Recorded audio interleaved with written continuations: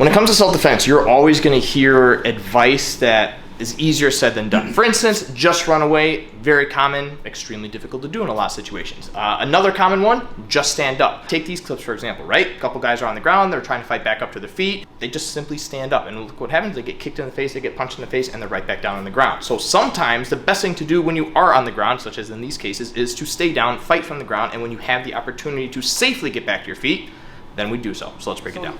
Biggest thing to understand, again, this could be whether he knocked me down, I tripped, whatever the case is, I end up on my back, this person's still standing, right? If I get to the ground in any way, shape, or form, again, it's instinct for people to try and scramble back up to their feet. And sure, there might be an occasion where maybe he's a little bit farther away, I'm young, I'm athletic, I can pop back up to my feet, but there's always that chance that as I'm coming up, they're gonna be on you, throwing knees, punches, whatever, and you're right back down. So again, we have to understand that sometimes it's okay that if we end up on the ground, we're gonna fight from the ground, our focus then becomes don't let this person progress any further, right? So if I end up here, the first thing we wanna do is get to some form of a good position. If I'm not facing him, like let's say maybe I fell here, my first thing is going to be turning into them, creating space, and looking to bring my feet facing him. Like this is the goal that I wanna have. I wanna essentially have both my feet squared up to him. I'm not looking to fight at an angle. I wanna be completely squared up so that I have full access to both my legs. If you're carrying, that also gives me the opportunity to draw, and I can get some shots off or something from the ground, that's for later conversation. But from this position here, I want one foot posted, one foot up, ready to go. I can switch at any given time, but this allows me to utilize one foot to quickly move as he's trying to get past my hips a little bit, and I can also utilize my hands. Now, I don't necessarily need my hands up to protect myself the entire time, because let's be honest, if he's all the way out here and I'm just able to reach him with kicks, he's not punching me. If he gets a little bit closer, yeah, sure, that might change and I have to kind of cover up. But for now, let's use those hands to allow me to maneuver and just be quick on the reactions, right? Our first line of defense obviously is going to be our feet, right? I want to land strong, powerful kicks to do damage. Again, my ultimate goal is to get back to my feet. If I can land a good kick that knocks him down, that's my green light to get back up. But I have to be careful. I can't just sit here and like whale kicks to scare him off, because a couple things. Either I'm going to hyperextend, or he's going to use that as an opportunity to just simply pass the leg by, get to the side, and now again I have to completely recompose and recover guard from it. So if he's in front, I want to hit good targets. I just want to start blasting from the knees. It doesn't have to be a pretty kick, but if he's in range, like a full-blown kick to the knee is going to buckle him. It could cause some serious damage, and again, it could get him down. That allows me to get up. So kicks to the shins, kicks to the knees, kicks to the thighs, always are good shots. If he gets a little bit closer, we can start adjusting some of those strikes, right? Maybe I can now come straight up into the groin, good shot. I can post on my foot to elevate my hips a little bit to get a good shot to the solar plex.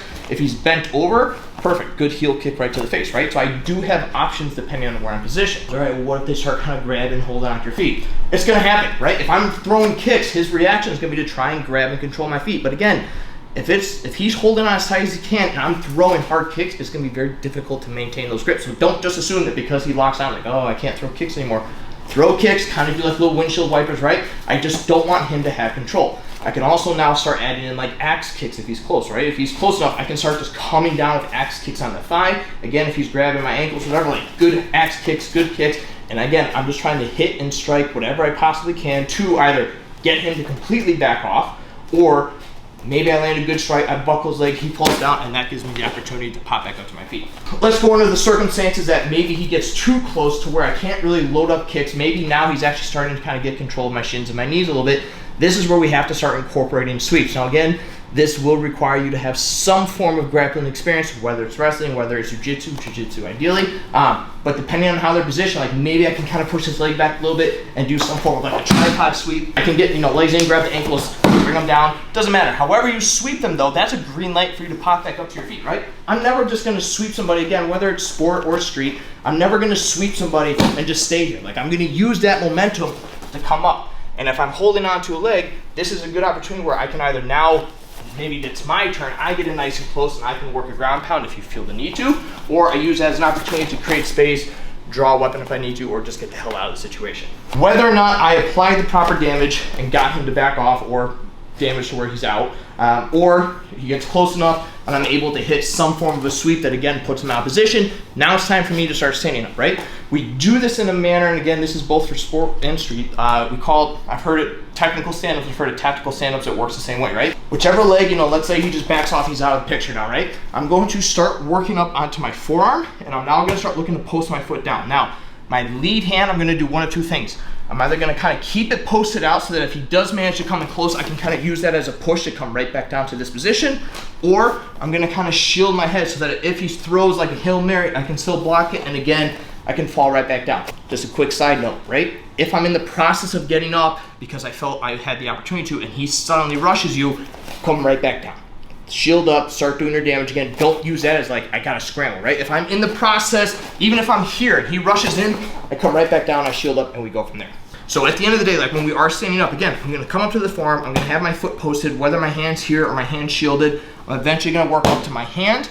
Now I'm actually going to work back. Again, I'm never standing straight up. I wanna work out and away. So I'm gonna look to step back. Now I can start coming back up to my feet. So again, if for whatever reason he rushes me, like now I'm standing, now my hands are up, I've already created distance. I can maintain that distance with kicks. I can maintain that distance with strikes. If I have to get hands on, then again, I'm in a better position to get hands on those situations. If you end up on the ground in a fight, regardless of whether it was your intention or not, you have to fight from the ground. That's not the time for you to pop back up to your feet. So get comfortable fighting from these positions, learn how to utilize proper strikes, learn how to incorporate proper sweeps that allow you to get back up to your feet. And then when you do have the green light to get up safely, regardless of how far away they are. Get up tactically, safely, that allows you to stay protected and react fast enough in case something happens. But then once you get up, get the hell out of Dodge and, well, just run away.